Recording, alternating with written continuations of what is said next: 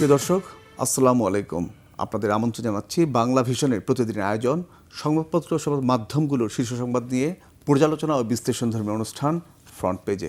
আপনাদের সঙ্গে আছি আমি জিয়া খান এবং আলোচনার জন্য আমার সঙ্গে স্টুডিওতে উপস্থিত আছেন মাসুদ করিম, অ্যাসাইনমেন্ট এডিটর, দেশকাল নিউজ। মাসুদ ভাই, আপনাকে স্বাগত জানাচ্ছি। ধন্যবাদ আপনাকে।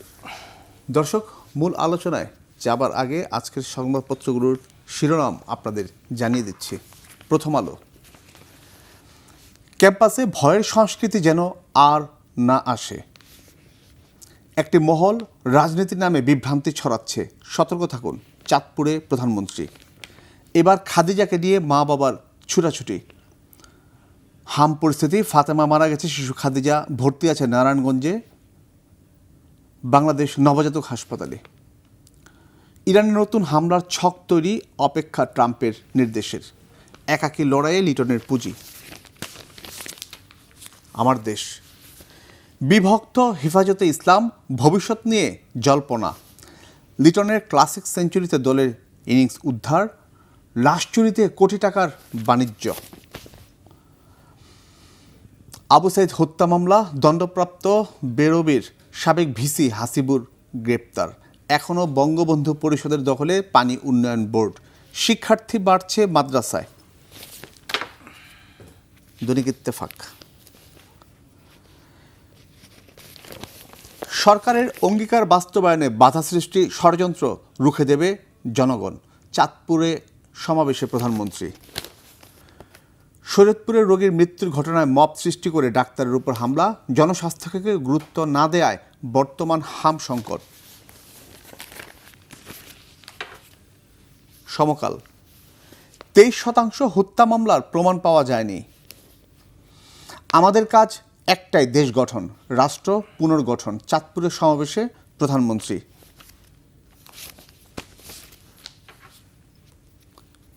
যুগান্তর, উচ্চশিক্ষায় আবাসিক সংকট, ইরানের নতুন হামলার পরিকল্পনা যুক্তরাষ্ট্রের। আখের তোরে লাল চিনিতে বিষ। কেউ অরাজকতা করলে আমরা বসে থাকব না, চাঁদপুরে জনসভায় প্রধানমন্ত্রী। মানব জমিন, জনগণের দাবি হলে কুমিল্লা বিভাগ হবে। ঢাকা থেকে চাঁদপুর, পথে পথে জনতার ঢল। ছেলে লড়ছে হামের সঙ্গে, বাবার লড়াই অর্থ জোগাড়ে। কৌশল পাল্টাচ্ছে জাল টাকার কারবারিরা। 1 জুলাই বীরকন্যার বিদায়। কালের কণ্ঠ, বাঙালি সংস্কৃতির ওপর মরণঘাত, অঙ্গীকার বাস্তবায়নে বাধা সৃষ্টি, ষড়যন্ত্র রুখে দেবে জনগণ। চাঁদপুরের প্রধানমন্ত্রী। দৈনিক কালবেলা, মোবাইল কোর্টের অপব্যবহার ও একটি পরিবারের ঘর ছাড়ার গল্প। প্রধানমন্ত্রীর অগ্রাধিকার ইশতেহার বাস্তবায়ন।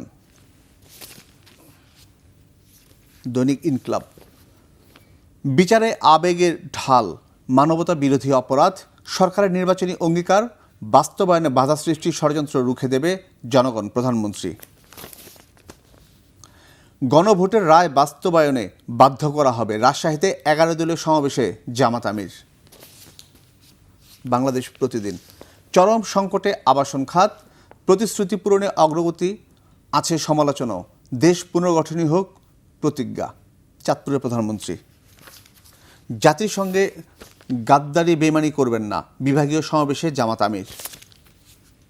দেশ রূপান্তর, প্রধানমন্ত্রীর সঙ্গে দৌড়ে পারছেন না অন্যরা, আইএসের সেকেন্ড ইন কমান্ড নিহত। নয়া দিগন্ত, নতুন যুদ্ধের আশঙ্কা, যুক্তরাষ্ট্রের রূপরেখা প্রস্তুত, পাল্টা প্রস্তুতি ইরানের। সংঘাত বিস্তৃত হচ্ছে গাজা, লেবানন, সিরিয়ায়। রাজনীতির নামে একটি মহল বিভ্রান্তি ছড়াচ্ছে, চাঁদপুরের বিভিন্ন সমাবেশে প্রধানমন্ত্রী। বণিক বার্তা, এপ্রিলে ট্রেজারি বিলের মাধ্যমে 46,000 কোটি টাকা নিয়েছে সরকার। কুমিল্লা বিভাগ ও কৃষি বিশ্ববিদ্যালয় প্রতিষ্ঠার প্রতিশ্রুতি প্রধানমন্ত্রীর। The Daily Star, government rules changing bank merger closes. News, Qawmi madrasas continue to remain out of government radar. Daily Observer, judiciary overburdened with pending cases. দর্শক, এতক্ষণ শুনছিলেন আজকের সংবাদপত্রগুলোর শীর্ষ সংবাদ। শিরোনাম আপনাদের জানিয়ে দিলাম। এখন আমরা যাব মূল আলোচনা। মাসুদ ভাই, আজকের পত্রিকার খবর জুড়ে রয়েছে প্রধানমন্ত্রী একটি মহলকে উনি রাজনীতির নামে যে বিভ্রান্তি ছড়াচ্ছে সেটা থেকে সতর্ক থাকার জন্য জনগণকে আহ্বান জানিয়েছেন। পাশাপাশি বিরোধী দলের যিনি নেতা জামাত আমির শফিকুর রহমান, উনি যেটা বলেছেন যে জুলাই সনদ যেটা অঙ্গীকার যেটা করা, যেটা বাস্তবায়ন করতে হবে এবং গণভোটের রায় বাস্তবায়নে বাধ্য করা হবে, এ রাজনীতির খবর রয়েছে। এছাড়া আমাদের যে কোমলমতি শিশুদের প্রাণ যে ঝরছে সেটা কিন্তু থামছে না। হামের যে পরিস্থিতি, বর্তমান যে পরিস্থিতি, সেই খবর তো রয়েছেই। পাশাপাশি অন্যান্য যেসব খবরগুলো রয়েছে সেগুলো আপনাদের সাথে আলোচনা করব। শুরুতে আমি যাচ্ছি প্রধানমন্ত্রী চাঁদপুরে যেটা বলেছেন যে একটি মহল রাজনীতির নামে বিভ্রান্তি ছড়াচ্ছে। উনি সতর্ক থাকতে বলেছেন এবং ইশতেহার, যে নির্বাচন ইশতেহার দিয়েছেন, তিনি সেই ইশতেহার পূরণে, অর্থাৎ অঙ্গীকার পূরণে তার যে শতভাগ চেষ্টা, তাদের যে পার্টির যে কর্মকাণ্ড, যে ইশতেহার বাস্তবায়নে কাজ করছে সেই বিষয়ের উপর তাগিদ দিয়েছেন। এবং আপনি জানেন যে ইতিমধ্যে 3 মাসে পা দিল এই বর্তমান সরকার। ধন্যবাদ।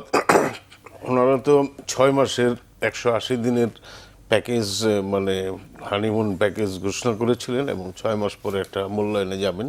তার অর্ধেক সময় শেষ। এর মধ্যেই সরকারের মধ্য থেকে যেটা আজকে দেশ রূপান্তরের হেডিংটা খুব চমৎকার, যে প্রধানমন্ত্রীর সঙ্গে তার যারা সহযোগী তারা পেরে উঠছেন না, দৌড়ে পেরে উঠছেন। প্রধানমন্ত্রী এটা চেষ্টা করতেছেন, কিন্তু এই চেষ্টা সেটাকে সফল করার জন্যে সেখানে দুইটা পক্ষের ব্যাপক সমর্থন দরকার। একটা হইল যে তার নিজের দলের, আর আরেকটা হইল তার আমলাতন্ত্রের, মানে দলীয় আমলাতন্ত্র যেটা উনি আছে। তো আমার ব্যাপার হইল যে এটা আপনি যদি মানে একটা বৃহত্তর ক্যানভাসে দেখেন, যে বাংলাদেশের এমন একটা ক্রিটিক্যাল সিচুয়েশন এখন আছে, যে এখন এই দেশে যদি এই তারেক রহমানের বর্তমান সরকারটা ব্যর্থ হয়, তাহলে দেশের জন্য খুব ভয়াবহ বিপর্যয় থাকতে পারে। বিপর্যয় এই কারণে বলছি, এটা আমরা বিভিন্ন দেশের মডেলে দেখতে পাই। বিশেষ করে তার্কিশ মডেল যদি দেখেন, সেখানে কামাল আতাতুর্কের সরকার যখন ফেল করলো, তখন সেখানে ইসলামিক সরকার রিপ্লেস করেছে যে সরকারটা তার্কির মতো দেশ, যাদের অর্থনৈতিক ভিত্তি অত্যন্ত শক্তিশালী এবং যাদের সামরিক ভিত্তিও শক্তিশালী এবং যাদের জিওপলিটিক্যাল লোকেশনও শক্তিশালী। এই সমস্ত কারণে তাদেরকে অ্যাবজর্ব করা যত সহজ ছিল, আমাদের পক্ষে খুব কঠিন হবে। তো সেই জন্যেই সবাই চাইছে যে এই সরকারটা যাতে ভালোভাবে সাকসেসফুলি মানে সাকসেস হয়, এবং সাকসেস হওয়ার জন্য যে সমস্ত উপাদানগুলি দরকার সেইগুলির দিকে মনোযোগ দেওয়া দরকার। প্রথমত আমি বলবো যে এই সফল হওয়ার জন্যে দুর্নীতি রোধ করা এবং স্থিতিশীলতা ফিরিয়ে আনা, এই দুইটা জায়গায় কাজ করা দরকার। এখন দেখতে হবে যে উনি যে মানে মাননীয় প্রধানমন্ত্রী যে গতিতে দেশটাকে অগ্রগতির দিকে নিয়ে যেতে চাচ্ছেন, সেই জায়গায় তার চারপাশ এবং সরকার দলীয় লোকজন এবং সরকারের আমলাতন্ত্র, তারা যাতে সেই সদিচ্ছাটার অনুযায়ী কাজ করে। যদি সেই সদিচ্ছার বাইরে যায়, তাহলে তাদেরকে যেন একটা জবাবদিহিতার মধ্যে আনা হয়। এটা আমরা 6 মাসের পরে আমরা বুঝতে পারবো। আর দ্বিতীয় যে কথাটা, সেটা হলো আমাদের দেশে এখন একটা বড় সংকট চলছে। সেটা হলো যে আপরাইজিংয়ের পরে, মানে 24-এর যে অভ্যুত্থান, ছাত্রদের অভ্যুত্থান, সে অভ্যুত্থানের পরে দেশের গত সরকারের আমল এবং সব কিছু মিলিয়ে অর্থনৈতিক ভিত্তিটাও কিন্তু খুব দুর্বল অবস্থায় আছে। একটা সরকার যখন দায়িত্ব গ্রহণ করে, তখন তার প্রধানতম দায়িত্ব হয় এখানে অর্থনৈতিক ভিত্তি শক্তিশালীর জন্য অর্থ উপার্জন করা। অর্থ উপার্জন মানে এই যে নিজস্ব রিসোর্সগুলিকে আর আহরণ করা, সামনে একটা বাজেটও আছে, আবার বৈদেশিক রিসোর্সগুলিকেও সংগ্রহ করা, এবং নিজের যেহেতু আন্তর্জাতিক বিশ্বে একটা টালমাটাল অর্থনীতি, একটা বিরাট অংশের টাকা আমাদের জ্বালানি খরচে চলে যাচ্ছে, বেশি টাকা যুদ্ধের কারণে। সেই কারণে একটু কৃচ্ছতা আমি বলবো না, আমি বলবো যে অর্থনৈতিক সংকট, এটা অনেক বড় সংকট, এটাই প্রধান। এইটা যদি থাকে তাহলে গভর্নমেন্ট কোনো উন্নয়ন কাজ বলেন যাই বলেন, গভর্নমেন্টের সেই জায়গাটা কাজ করতে পারবে না। আমি একটু বিষয়ে আসতে চাই, সেটা হচ্ছে আমলাতন্ত্র নিয়ে আপনি এই কথাটা বারবার নিয়ে আসতেন, এবং এটা আমরা ইন্টারিম গভর্নমেন্ট থাকার সময় এই বিষয়টা বারবার আলোচনায় আসছে। আমলাতন্ত্রের যে জটিলতা এবং যে অবস্থা আছে, এটা নিয়ে দেশের যে উন্নয়ন, সেই জায়গাটা মানে আসলে করা কতটা চ্যালেঞ্জ, এবং এই গভর্নমেন্ট তো সেই চ্যালেঞ্জটাই পড়েছেন, সেটা থেকে গভর্নমেন্ট। একটা উদাহরণ দিই, আপনি তো একজন অপরাধ বিষয়ক সিনিয়র সাংবাদিক, আপনারা এই পুলিশের বিষয়াদি কাভার করেন, তো একজন পুলিশের ডিআইজি ওই দিন যে বক্তব্য দিলেন মাননীয় প্রধানমন্ত্রীর সামনে, এটা দিয়ে কি আপনি ইঙ্গিত পাইলেন? যে এটা বোঝা যাচ্ছে যে ওনাদের কোনো কাজ করতে হবে না, ওনার কাজ হলো সততা এবং নিষ্ঠার সাথে কাজ উনি করেছেন সেটা তুলে ধরা, তার বদলে উনি তুলে ধরলেন তার দলীয় আনুগত্যের কথা। তো এই ধরনের আমলাতন্ত্র তো ভয়ানক, বিপর্যয়কর। এবং আমি মনে করি যে এটা একটা লেসন আমাদের সামনে, যে এই ধরনের উনি একজন বিলিভ করতেই পারে, যে কোনো মানুষ হিউম্যান বিইং একটা সমাজে থাকে, সে ভোট দান করে, তার সমাজে তার নিজস্ব বিশ্বাস থাকতে পারে, কিন্তু যখন তিনি একটা পদে অভিষিক্ত, রাষ্ট্রীয় পদে, এবং সেখানে থেকে মাননীয় প্রধানমন্ত্রীর সামনে উনি যেভাবে তোষামোদ করে বক্তব্য রাখলেন, তোষামোদ মানে একটা হয়তো যে সরকারের উন্নয়নের কথা বলতেন, সেটা নিয়ে আইন শৃঙ্খলা পরিস্থিতি উন্নয়নের কথা বলতেন, পুলিশ বিভাগের সততার কথা বলতেন, আমার কোনো প্রশ্ন ছিল না, কিন্তু উনি যে বক্তব্যটা রেখেছেন এটা কিন্তু দৃষ্টিকটু ছিল। তো আমি মনে করি আমলাতন্ত্রের মধ্যে এটা একটা ছিটে ফোটা উদাহরণ দেখানো হলো। এই ধরনের প্রবণতা আছে যে তারা কাজের চেয়ে দলীয় স্লোগানে বেশি ব্যস্ত। কিন্তু এই ট্রেন্ড থেকে বের হওয়াটা তো আপনার যে রাজনৈতিক দলগুলো বা সরকারি দল, এইটা তো রাজনৈতিক সদিচ্ছার ব্যাপার আছে। এখন এখানে যারা উচ্চ পর্যায়ের রাজনৈতিক কর্তৃপক্ষ, তারা এটাকে উৎসাহ যদি দেন তাহলে তো এটা চরমভাবে বাড়বে। তো আমি মনে করি প্রত্যেকটা আমলাতন্ত্র, হ্যাঁ, তারা রিটায়ারমেন্টের পরে একটা সার্টেন এরপরে তারা ডাইরেক্ট পলিটিক্স করতে পারেন, উনিও করতে পারেন উনি চাকরিটা ছেড়ে দিয়ে, কিন্তু আপনি পদে অভিষিক্ত থেকে এই ধরনের বক্তব্য দিয়ে প্রধানমন্ত্রীকে বিব্রত করেছেন। আমি মনে করি যে এই ধরনের বক্তব্য অন্যান্যদেরকে উনি উৎসাহিত করেছেন। তো এই ধরনের কার্যকলাপ থেকে যদি বিরত না থাকা হয় তাহলে আমলাতন্ত্র কাজের চেয়ে ওইদিকে মনোযোগ দেয়। আমি মনে করতেছি যে আমাদের দেশের উন্নতির জন্য সততা, নিষ্ঠা এবং গতিশীলতা, মানে একটা প্রোয়েক্টিভনেস, এখন দেখা যাচ্ছে যে আমলাতন্ত্রের প্রধান কাজ হলো সব কিছুতে বাধা সৃষ্টি করা, মানে একটা ডেভেলপমেন্ট প্রজেক্ট কিংবা ফর এক্সাম্পল একটা বিনিয়োগ প্রস্তাব কিংবা যতগুলি কাজ আছে, নানা রকম কাজ থাকে, অ্যাডমিনিস্ট্রেটিভ কাজ, সেই কাজগুলিকে আটকানো, বাধা দেওয়া, এগুলি না করে যে এই কাজগুলিকে কিভাবে সুন্দরভাবে করা যায় সেটাকে সহযোগিতা করা, একটা প্রশাসনিক গতি আনয়ন করা, সেই জায়গাটায় যদি সমস্যাটা হয় তাহলে কিন্তু এটা দেশের উন্নয়নের যে মাননীয় প্রধানমন্ত্রীর যে স্বপ্ন বা অভীষ্ট সেটা ব্যাহত হবে। এবং প্রধানমন্ত্রীর অভীষ্টর চেয়ে বড় কথা বাংলাদেশের জনগণের যে প্রত্যাশা, সেই প্রত্যাশা মারাত্মকভাবে ধাক্কা খাবে। তো সেই জন্য আমি মনে করি যে এখন এই মুহূর্তে সরকার উচিত হবে এই জনতুষ্টিমূলক কার্যক্রম থেকে বিরত থেকে, জনতুষ্টিমূলক আমি বললাম যে হ্যাঁ আমরা রাষ্ট্রীয়ভাবে একটু, হ্যাঁ, জনগণ একটু খুশি হইল, একটা এমন কিছু ঘোষণা দিলাম যেটা আমাদের আবার অর্থনৈতিক ভিত্তি বা রাষ্ট্রের জন্য ক্ষতিকর হয়, সেটা এই মুহূর্তে মানে অসুবিধাজনক হবে মনে করি। তারপরে আমাদের মানুষের হয়তো দাঁড়ে দাঁড়ে যাইতে হবে, ঋণ দেন, অমুক দেন, তমুক দেন। হয়তো আমি শুনতে পাচ্ছি যে মাননীয় প্রধানমন্ত্রী চায়না সবাই যাবেন, সেখানে গিয়ে হয়তো $2 বিলিয়ন ঋণের কথা বলবেন। তো সেটা তো একটা সম্মানজনক কিছু না। আমরা যদি আত্মনির্ভরশীল, আমাদের যেমন ধরেন এবার একটা বিরাট বিপর্যয় হয়ে গেছে ভাটি এলাকায়, যে ফসলটা তলিয়ে গেছে, এই জায়গাটা একটা ফসলই হয় এত মানে সুনামগঞ্জ, নেত্রকোনা, কিশোরগঞ্জ এইসব এলাকায়।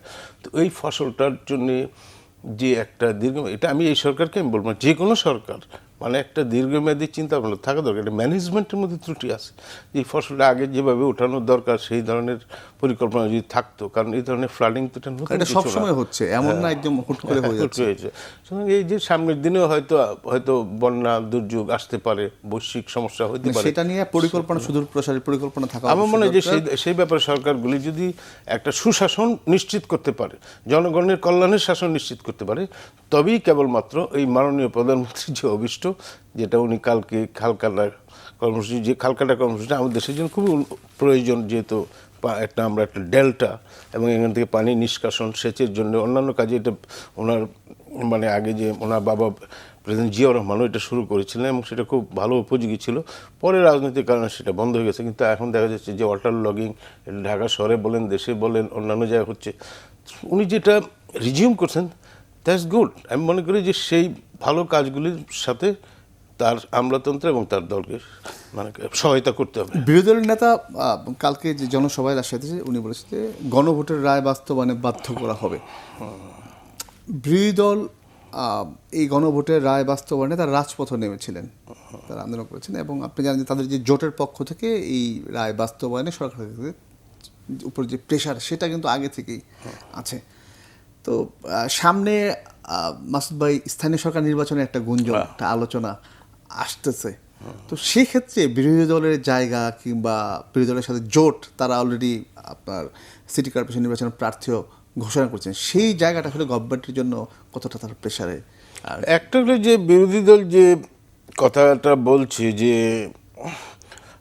গণভোটের রায় বা সংস্কারের যে প্রস্তাব সেগুলি বাস্তবায়নের কথা বলছে, আমি ব্রডলি তাদের এই দাবির সাথে একমত ইন এ সেন্স যে আমি সেটা বলছি না যে অ্যাজ ইট ইজ যে প্রস্তাবগুলি যে আসছে গণভোটে যে আসছে সেটা না, যেগুলি ভালো প্রস্তাব সেগুলি প্রয়োজন আছে। কারণ আমাদের যে বর্তমান বিদ্যমান সিস্টেমটার মধ্যে তো নানা রকম ত্রুটি বিচ্যুতি আছে। ফর এক্সাম্পল ধরেন দুর্নীতি দমন কমিশনের যে কনস্টিটিউশন, এখন দুর্নীতি দমন কমিশনের সরকার মানে গঠন করে, এর কোনো স্বাধীনতা নাই, ওরা কোনো কাজ করতে পারে না, দেখা যাচ্ছে তারা নিজেরাই এটা শেয়ার করে, এবং যারা এই জায়গাটা যারা যায় তারা নিজেরাই বলে। এই জায়গায় আমি বলছি যে এটা কথার কথা, যে কোনো সংস্থা বা এটা একটা প্রাতিষ্ঠানিক ভিত্তি দেওয়া। নির্বাচন কমিশন ফর এক্সাম্পল, এই যে গত আমরা মানবাধিকার কমিশন শেখ হাসিনার সময় যে নির্বাচনগুলি ভালো হইলো না, পুরাটাই শেখ হাসিনার জন্য দায়, সেটা আমি বলবো না, কিন্তু নির্বাচন কমিশনটাও সেরকমই ছিল। তা আমি মনে করি যে এই রাষ্ট্রীয় যে প্রতিষ্ঠানগুলি সেগুলির প্রাতিষ্ঠানিকতা, জবাবদিহিতা, স্বচ্ছতা, এইগুলির জন্য সংস্কারের প্রয়োজন আছে। কিন্তু সেই সংস্কারটা অবশ্যই সুচিন্তিত হইতে হবে, এবং জাতীয় সংসদে যারা সংসদ সদস্য নির্বাচিত হয়েছেন তারা এই জিনিসগুলি, যে একটা প্রস্তাব আসবে সেই প্রস্তাবটা অ্যাজ ইট ইজ পাস হয়ে যাবে তা নয়, প্রস্তাবটা আবার কমিটিতে যাবে, যাচাই বাছাই হবে, আলাপ আলোচনা হবে, নট অনলি জাতীয় সংসদ বাট অলসো বাইরেও, যে কোনো একটা বিষয় আলোচনা বাইরেও মানুষের বিশেষজ্ঞদের সাথে কথা বলা যায়, তারাও সেমিনার করতে পারেন। সুতরাং যেটা নির্যাস আছে, যেটা আমাদের রাষ্ট্রের জন্য বিজ্ঞানসম্মতভাবে ভালো হবে, দলীয় চিন্তার থেকে না, সেই জিনিসটার দিকে তো আমাদের অবশ্যই সংস্কারের প্রয়োজন আছে। তেমন সেই জন্য বিরোধী দল যে সরকারের প্রতি চাপ রাখছে, এটাকে আমি সমর্থন করছি, যে এই ধরনের সংস্কারের জন্য তারা চাপ রাখতে পারে। যদিও তারা যেটা বলছে যে একেবারে জুলাই সনদের যা ছিল হুবহু, এটার মধ্যে তো নানা রকম নোট অফ ডিসেন্টও ছিল, সেটা আমি বলছি না। আমি বলছি জিনিসগুলি আবারও যাচাই বাছাই করার প্রয়োজন আছে এবং সংস্কারের প্রয়োজন আছে। আমরা সেই জনগণের ভোগান্তি আর দেখতে চাই না, জনগণের ভোগান্তি দেখতে চাই না। মাসুদ ভাই, একটু হাম পরিস্থিতির দিকে যাই। আপনি এই প্রাদুর্ভাব যে কমছে না সেটাই বলতে পারি, কারণ কোমলমতি শিশুর মৃত্যুর মিছে যে তালিকা সেটা কিন্তু বাড়ছে। গতকালকেও আমরা হারিয়েছি এক শিশুকে, দুজন গতকালকে মারা গেছে। এবং আপনি জানেন যে যমজ দুই শিশু ফাতেমা এবং খাদিজা, ফাতেমা মারা গেছে, খাদিজার অবস্থা কিছুটা ভালো ছিল, তারপর বাসায় নেওয়ার পর পরিস্থিতি খারাপ হয়, আবার হাসপাতালে ভর্তি করা হয়েছে। এবং এই বারবার যেটা আসছে, আমাদের স্বাস্থ্য বিভাগের যে দুর্বলতা, অব্যবস্থাপনা, সেই বিষয়টি বারবার মানে একদম এখন সামনের দিকে চলে আসছে। এখানে কয়েকটা বিষয় এখানে সবচেয়ে বেশি গুরুত্বের সাথে আসছে। একটা হলো যে আমাদের দেশটা তো একসময় টিকায় বা ইমিউনাইজেশনে বা সংক্রমণ ব্যাধি প্রতিরোধে খুব চ্যাম্পিয়ন ছিল, এবং আন্তর্জাতিক পুরস্কারও পেয়েছে, এবং আমরা অনেক সংক্রমণ ব্যাধিতে শূন্যতে নামিয়ে এনেছিলাম। কিন্তু পরবর্তী সময়ে দেখা যাচ্ছে যে এইগুলি টিকাগুলি ঠিকমতো দেওয়া হয় নাই, যে স্বাস্থ্য ডিপার্টমেন্টের যে নেটওয়ার্ক স্বাস্থ্যকর্মীরা সেভাবে কাজ করে নাই। অনেকে বলে তাদের বেতন ভাতা নিয়ে অসন্তোষ ছিল, এই ছিল সেই ছিল, কিন্তু শেষ পর্যন্ত যেটা হলো যে কাজটা ঠিকমতো হয় নাই। তো সেই জন্য আমি মনে করি যে এই ব্যাপারে একটা তদন্ত কমিটি বা তদন্ত করা দরকার, যে কাদের গাফিলতি কি সমস্যা। বিচার বিভাগীয় তদন্ত কমিটির কথা, হ্যাঁ, বিচার বিভাগীয় এবং বিশেষজ্ঞ কমিটি করা দরকার। এটা করা দরকার এই কারণে যে কার গাফিলতির কারণে আজকে এই অবস্থার মধ্যে আমাদের দেশটা পতিত হইলো, সেই তাদেরকেও জবাবদিহিতার আওতায় আনা দরকার। কারণ জবাবদিহিতা মানে এই না যে কাউকে শাস্তি দেওয়া, জবাবদিহিতা মানে এই যে যাতে ভবিষ্যতে এই ধরনের কর্মকাণ্ড ঘটলে তারাও একটু সতর্ক থাকে। আর দ্বিতীয় যে কাজটা হলো যে অতীতে এই সমস্ত গাফিলতি হয়েছে, এই অজুহাতে এখনও শিশুদের মৃত্যু আমরা এটা মেনে নিতে পারি না। কারণ হলো যে এখন আমরা গত 450 উপরে বাচ্চা এখন পর্যন্ত মারা গেছে, যেটা সরকারি হিসাব, বাস্তব হিসাবটা হয়তো তার চেয়ে আরও বেশিই হবে। তো আমি যেটা বুঝি যে এই ধরনের পরিস্থিতিটা সৃষ্টি হওয়ার কথা ছিল না, এই কারণে যে যেহেতু আমাদের সামনে গত মহামারীতে বিশেষ করে কোভিডের সময় এই ধরনের সংক্রমণ ব্যাধি আমরা খুব সাফল্যের সাথে। কোভিডের কথা আপনি আনলেন, একটা কথা এখন বারবার আসতেছে যে একটা বিশেষায়িত এখন পর্যন্ত একটা বিশেষায়িত হাসপাতাল সেটাকে করা হয়নি হামের জন্য। ধরুন কোভিডে আমাদের বিরাট অভিজ্ঞতা আছে। আমরা এই যে বেসরকারি এই যে বসুন্ধরা এত সুন্দর একটা হাসপাতাল করেছিলাম, খেয়াল আছে আপনার? সেটা হয়তো কাজে লাগে নাই, কিন্তু আমাদের প্রস্তুতি ছিল।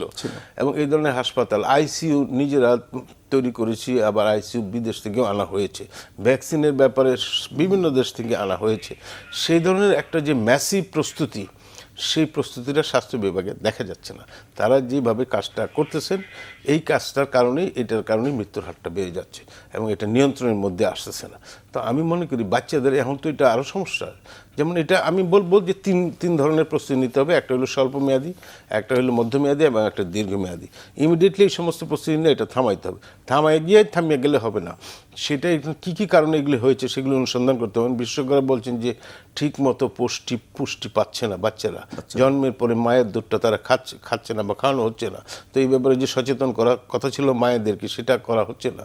তো সামাজিক সুরক্ষা যেগুলি দেওয়া হয়েছে গর্ভবতী মা বা মা ও শিশু, সেটা ঠিক মতো হচ্ছে কিনা, সেইগুলির জন্য একটা দীর্ঘমেয়াদী প্যাকেজ, এটা একেবারে আমি মনে করি যে স্বাস্থ্য বিভাগ না, সব বিভাগ মিলিয়ে করা উচিত, যাতে ফিউচারে আমরা একই ধরনের সমস্যার মধ্যে না পড়ি। ইমিডিয়েটলি এগুলি আইসিইউ চিকিৎসা এবং এইগুলি ভ্যাকসিন যা করা দরকার সেগুলি করা দরকার।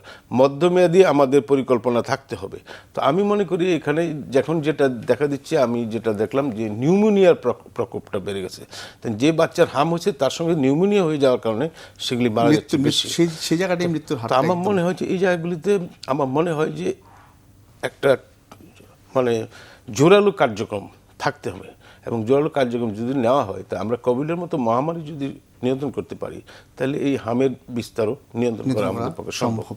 মাসুদ ভাই, আপনি দেখছেন যে ইরান নতুন হামলার ছক তৈরি করা হচ্ছে এবং অপেক্ষা ট্রাম্পের নির্দেশনায়, এটা আজকে গুরুত্ব দিয়ে পত্রপত্রিকায় এসেছে। আমরা জানি যে ডোনাল্ড ট্রাম্প চীন সফরের করেছেন তিনি। তো এই পরিস্থিতিতে এখন আবার যদি যুদ্ধ আবার শুরু হয় ইরানে, তাহলে আমরা কোন জায়গায় দাঁড়াবো, বিশ্ব কোন জায়গায় দাঁড়াবে? আমি অবশ্যই যুদ্ধ শুরু হওয়াটা আমাদের জন্য বিরাট বিপর্যয়কর হবে, এটাই বলবো। তবে আমি এটাও বলবো যে ডোনাল্ড ট্রাম্প এবং অন্যরা এটা থেকে শিক্ষা পেয়েছেন, গত যে যুদ্ধটা তারা করেছেন, যেখান থেকে খুব বেশি নির্যাস বা লাভ কেউ অর্জন করতে পারে নাই। তো সেই জন্যই যুদ্ধ পরিহার করে কূটনৈতিক টেবিলে সমাধানের জন্য চেষ্টা করা উচিত। ডোনাল্ড ট্রাম্প এখন যে চায়না ভিজিটটা করেছেন, সেখানে দেখেছেন যে তারা একটা ভালো দিক, যে তারা আলোচনা ব্যাপারে মানে যে কোনো একটা মানে একটা বৈরী সম্পর্কের মধ্যেও তারা যে আলোচনায় বসতে পারেন, এটা একটা ইতিবাচক দিক। যে একটা প্রেসিডেন্ট শি জিনপিং এবং প্রেসিডেন্ট ডোনাল্ড ট্রাম্প, তারা একেবারে নানা বিষয়ে তাদের মধ্যে বিরোধ, বিশেষ করে বাণিজ্য, যুদ্ধ, এটা সেটা এই সমস্ত, তার মধ্যে তারা আলোচনা বসছে। তো আমি মনে করি যে এই পরিস্থিতি এবং ইরানের সাথেও আলোচনা কিন্তু প্রভাবমান আছে। হয়তো এই ধরনের হুমকি দামকে আমি আপাতত মনে করছি এটা প্রেশার সৃষ্টি করার জন্য, যাতে ইরান একটা নমনীয় হয়। কারণ ইরান অলরেডি বলছে যে তারা হরমুজে টোল বসাবে। তো এই জায়গাগুলিতে আমার মনে হয় যে একতরফা কোনো কিছুতে না গিয়া জিনিসটা আলোচনার মাধ্যমে জিনিসটা সমাধান করা, এবং আলোচনার মাধ্যমে রাতারাতি সমাধান হবে সেটাও আমি আশা করি না। কারণ ইস্যুগুলি অত্যন্ত জটিল, এবং প্রত্যেকটা জটিল ইস্যুর জন্য দীর্ঘ আলোচনা করার দরকার আছে। একদিনের আলোচনা এরকম 16-17টা এজেন্ডা ইস্যু শেষ করা সম্ভব নয়, এবং এর আগেও সম্ভব হয় নাই। কারণ ইরানের সাথে তো এই প্রথম আলোচনা না, এর আগে 5টা বৃহত্তর শক্তিশালী দেশও ইরানের সাথে আলোচনা করলেও অনেক সময় লেগেছে তার একটা কনক্লুশন করতে। তা আমি মনে করি আজকে না হোক কালকে না হোক পরশু, এক মাসে না হলে 6 মাসে এটা আলোচনা চলতেই থাকুক। সেখান থেকে এটার কূটনৈতিক টেবিলে আমার মতে এটা সমাধান খুঁজতে হবে। এটার জন্য যুদ্ধ, বল প্রয়োগ, অবরোধ আরোপ, এগুলি কোনো সমাধান হতে পারে না। ধন্যবাদ মাসুদ করিম ভাই আপনাকে বাংলা ভিশনে আসার জন্য। ধন্যবাদ আপনাকে।